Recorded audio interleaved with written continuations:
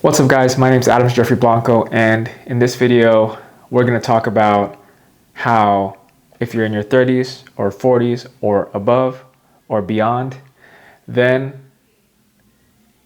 we can talk about if you're struggling with trying to get in shape, and no matter what you're still tired, bloated, always trying to eat clean, and you feel like you're stuck.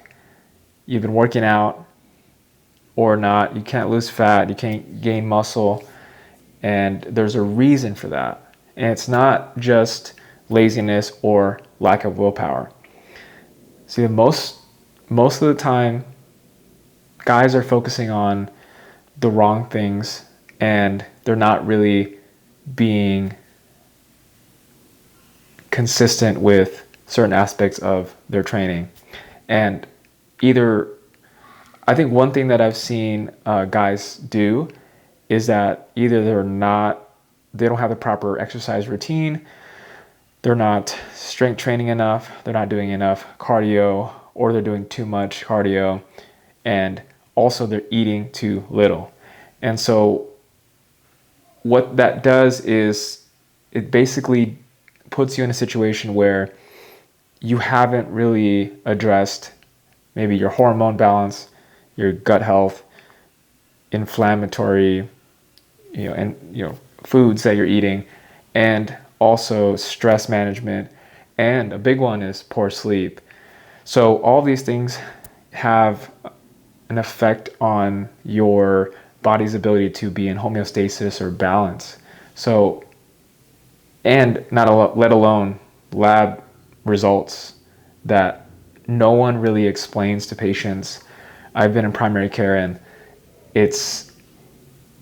I had to research on my own to be able to explain to patients every single lab in a specific way and what it means and what they can do to optimize that. And when it comes to diet, exercise, sleep, hydration, stress, all of these things are super important that I think a lot of providers of primary care, doctors and advanced practitioners do not touch on enough. So we're going to talk about how we can use these things, natural preventative lifestyle habits, in order for us to get into a position with our body and mind to be able to head in the right direction with our health and optimize these different areas. And so your body is not fighting against you, and it's working with you. And so let's get into it. So we're going to talk about 5 core pillars that I believe set a really, really solid foundation. And if you were to work on each one of these things, which I'm going to give you some actionable tips today, that way you can take away something from the video and you can make a change now. So when I've talked to clients and primary care patients the past 3 or 4 years as a physician assistant, I've seen different things and a lot of the same things. So a lot of people struggle with finding the right diet, finding the right exercise routine, how to manage stress, how to stay hydrated throughout their day and in general, and also how to manage their sleep or improve their sleep. And so the 5 core pillars that I'm going to talk about are nutrition, exercise, sleep, hydration, and stress management. So these are the 5 things that I believe you can optimize, and let's get into it. So number 1 is going to be nutrition. So people always say quality over quantity, and I really, really believe that if we were to switch entirely from junk food and ultra processed foods and switch mainly to a whole foods diet, anti-inflammatory diet, that alone can put you in a situation where your body is going to know and it's going to have what it needs in order for you to take yourself in the right direction. And so basically that looks like 1, ingredient foods. So if it has more than one ingredient, probably should avoid or minimize that food in general for the most part. And if we're sticking with whole foods, right? If it comes in a package, if it comes with 15 ingredients, you should probably not choose that food, at least, for any significant amount of a percentage of your diet. So there's the 80-20 principle where you're doing things, basically 80% of your results come from 20% of your efforts. I would say it should be, as far as diet and all the things I'm going to talk about today, it should be more like 90 and 10. So in a distribution of how good you're supposed to be with all of these things, right? So you should be good 90% of the time, and the other 10% of the time, you can add a little bit of different kinds of foods that may not be as healthy for you, but keep in mind that is derailing your progress to some degree. So, nutrition. And when it comes to calories, I think that, there's some calculators online, there's MyFitnessPal, Chronometer, there's estimated equations that you can use in order for you to estimate your maintenance calories, because really it's based on your maintenance calories. If you can use one of these tools to find out your maintenance calorie needs for the day, then based on that, whether you want to gain muscle or whether you want to lose body fat, it all depends on how much that maintenance calorie is. So figure out what that is, be consistent with tracking your nutrition through MyFitnessPal or Chronometer, and just, you have to be good 90% of the time, 10% of the time, maybe have some fun with it. But otherwise, that's what I would say about nutrition.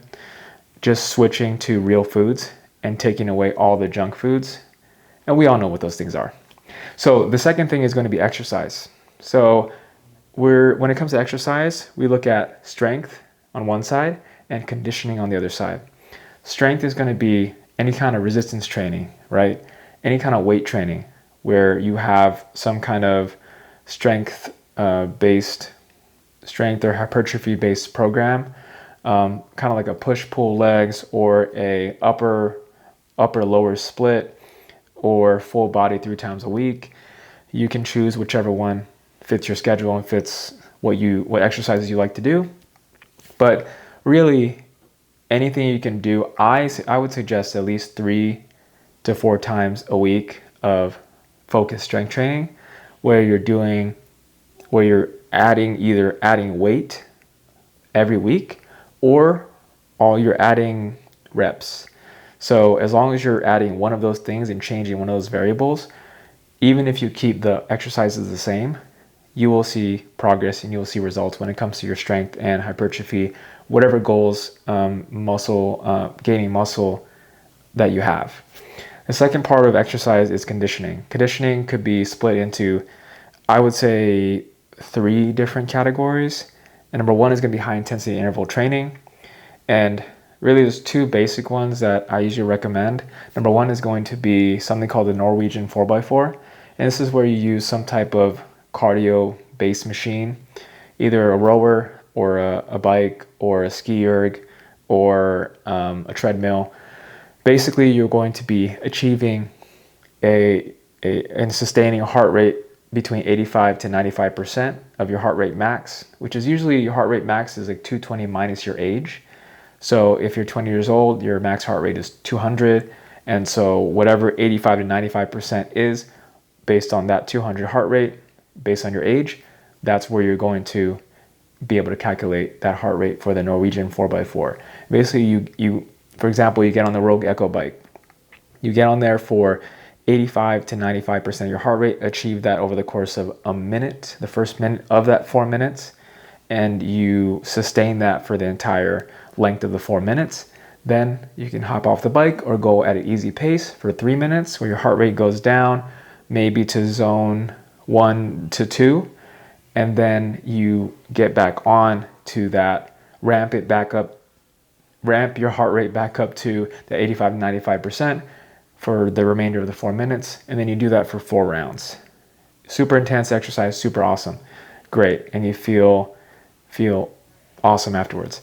So the second part of high intensity could be like Tabata, where you're doing maybe 8 to 10 rounds of 20 to 30 seconds all out sprint, and then you maybe rest for 40 seconds or more, up to a minute or so, and then you do that 8 rounds. Easy, super easy, high intensity. You do that maybe once or twice a week. That's enough. It's very taxing on the body. It's very tiring. The second part of conditioning is low intensity steady state cardio, which is just traditional zone 2 cardio, where you're keeping your heart rate of zone 2 level based on that 220 minus your age, and then basically you sustain that for at least 30 to 90 minutes. That's going to build your aerobic base, and that's basically, think about the low intensity steady state as your basically your base or your foundation or your floor. That was the word, your floor. And then your high intensity interval training as your ceiling. So basically how high your heart rate can be sustained. And then you're basically raising the floor, raising the ceiling, and your overall conditioning is much better. The third part of the conditioning is basically work capacity, where there's an easy way to program that is basically you keep your heart rate moderate to high intensity, and then basically you sustain that. You're trying to do things for time.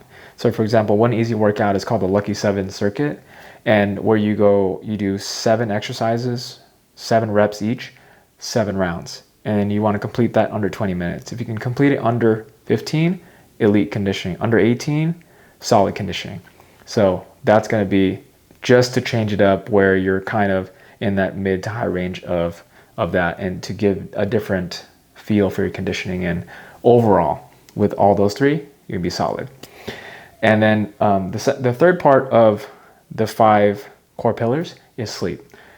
7 to 9 hours of deep sleep allows your body to recover, not only your body, your brain, and just overall recovery from daily life.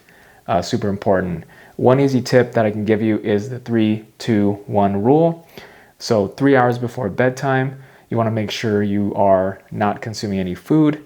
2 hours before bedtime, making sure that you are not consuming any fluids. And then 1 hour before bedtime, making sure that you are not exposing yourself to a lot of light, especially artificial light, blue light.